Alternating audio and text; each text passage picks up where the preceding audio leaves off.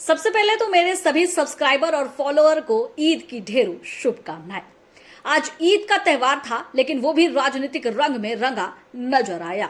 दरअसल कई जगहों पर ईद के दौरान नमाजियों के हाथ पर काली पट्टी देखी गई। वजह बताई जा रही है वक्फ संशोधन बिल, जो कि 2 अप्रैल को संसद में पेश किया जाएगा और इसे लेकर घमासान मचा हुआ है। मुस्लिम संगठन की तरफ से इसका विरोध जताया जा रहा है। AIMIM के असदुद्दीन ओवैसी ने भी कहा है कि वक्फ की संपत्ति को लूटने की एक साजिश रची जा रही है। केंद्र की बीजेपी सरकार ये साजिश रचने में कामयाब भी होती नजर आ रही है और इसी का विरोध जताया जा रहा है। और मुस्लिम संगठनों का साथ विपक्ष दे रहा है, यानी महागठबंधन दे रहा है। कांग्रेस है, समाजवादी पार्टी है, इसका साथ दे रही है। लेकिन एनडीए के साथ में सवाल इसलिए भी खड़े हो जा रहे हैं क्योंकि नीतीश कुमार और चिराग पासवान इस पर चुप्पी साधे हुए हैं।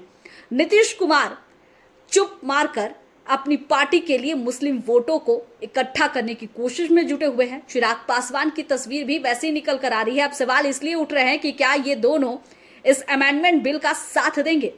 वक्फ संपत्ति को लेकर इतना हंगामा क्यों मचा हुआ है?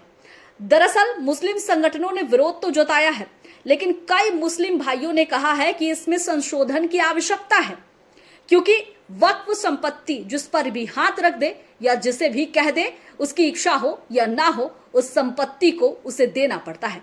इसके लिए न्यायालय का दरवाजा भी नहीं खटखटा सकते हैं, सिर्फ ट्रिब्यूनल के पास जा सकते हैं।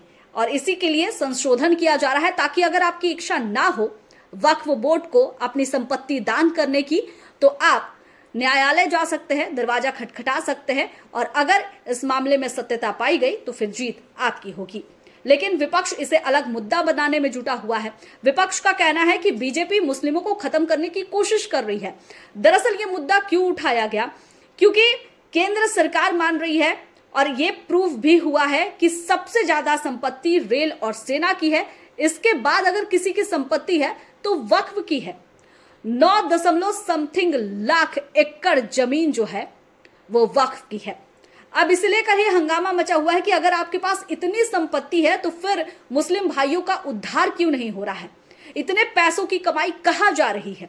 इसे लेकर सवाल खड़े हो रहा है और इसी पर संशोधन की आवश्यकता है, जिसे लेकर 2 अप्रैल को सदन के पटल पर संशोधन बिल को पेश किया जाएगा। लंबी बहस चलेगी और बहस के बाद क्या कुछ निर्णय होगा ये तो हम आप सभी के सामने होगा। लेकिन फिलहाल राजनीतिक तूल दिया जा रहा है। समझना ये होगा कि क्या मुस्लिमों को गुमराह करने की कोशिश की जा रही है, क्योंकि इससे पहले भी CAA की तस्वीर हमने देखी थी। उस दौरान ये कहा गया था कि मुस्लिमों की नागरिकता चली जाएगी, लेकिन इस बिल को पास हुए 1 साल से ज्यादा हो गया, अभी तक ऐसी कोई भी तस्वीर नजर नहीं आई। सत्ता पक्ष की तरफ से कहा गया कि उस दौरान भी ऐसा हंगामा हुआ था, मुस्लिमों को गुमराह करने की कोशिश की गई थी, लेकिन नतीजा क्या हुआ? ये CAA मात्र एक ऐसा प्रावधान था, ऐसा नियम, ऐसा बिल बनाया गया था जिसमें सिर्फ दूसरे देशों के जो हिंदू हैं, जिन पर अत्याचार हो रहा है, उन्हें नागरिकता दी जा सके। लेकिन उस समय भी हंगामा हुआ था और कई मौतें हुई थी, क्योंकि सड़क पर प्रदर्शन भी चला था। एक बार फिर से वही तस्वीर निकलकर सामने आई है। ईद के दौरान भी जिस तरह की तस्वीर निकलकर सामने आई, क्या ऐसा होना सही है?